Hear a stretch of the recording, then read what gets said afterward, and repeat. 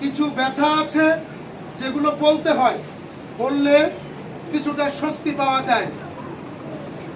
এখানে একটা প্রেক্ষাপট আছে, এই প্রেক্ষাপট আমি যেরকম জানি আমার শিক্ষকদের সেরকম জানতে হবে, ছাত্রদেরকে জানতে হবে, সুধীদেরকে জানতে হবে, তাহলে সবাই আমরা এখানে কাজ করতে পারবো স্বস্তির সাথে।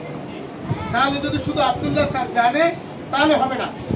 যেরকম আব্দুল্লাহ স্যারের চোখে কেন পানি আসে, নজরুল ভাই যখন আমার প্রথম 2016 সালে এই প্রতিষ্ঠানের জন্য বলছে, তখন এখানে বিরাট ময়লার স্তূপ, এই মহল্লার মানুষ সকলেই বাস কেটে উচ্ছিষ্ট এখানে ফেলে যায়। আমাদের হাফেজ সাহেব কারি মাহাদি আমিনকে আমি এনে ওই মাঠে আমরা বসছি, এখানে তখন পানি তত্তর করে তুফান, কুচড়িপানা এই পর্যন্ত পুরা কুচড়িপানা, এখানে এই ঘর নাই এই পর্যন্ত পুরা কুচড়িপানা, ওই ওখানে কুচড়িপানা চেনে তো।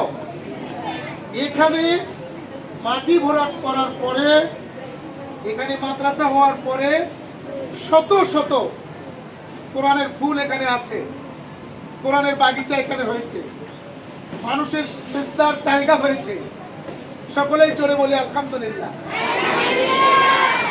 এর পিছনে যে বা যারা এখানে অসংখ্য মানুষ বিরামহীন কষ্ট করেছে, বিরামহীন কি করেছে? কষ্ট করেছে।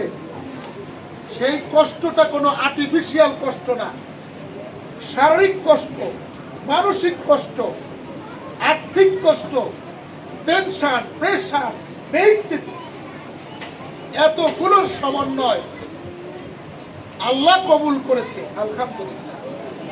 এতগুলোর সমন্বয় আল্লাহ সুবহানাহু ওয়া তাআলা